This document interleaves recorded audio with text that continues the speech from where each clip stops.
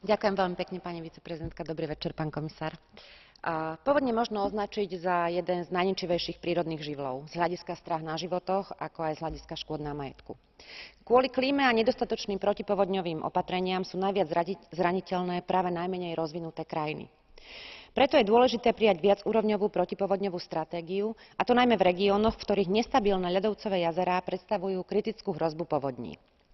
Súhlasím s kolegom spravodajcom, ktorý varuje pred spoliehaním sa na to, že veľké priehrady zabránia škodám spôsobeným povodňami, najmä v kontexte zmeny klímy. Je totiž pravdepodobné, že extrémne zrážky zvýšia intenzitu a frekvenciu bleskových povodní, čo môže znížiť úroveň bezpečnosti priehrad. Navyše podľa záverov správy Svetovej komisie pre priehrady hospodárska výnosnosť projektov veľkých priehrad je naďalej nejasná. Z hospodárskeho hľadiska totiž neboli dostatočne zohľadnené environmentálne a sociálne náklady na veľké priehrady. Ďakujem pekne.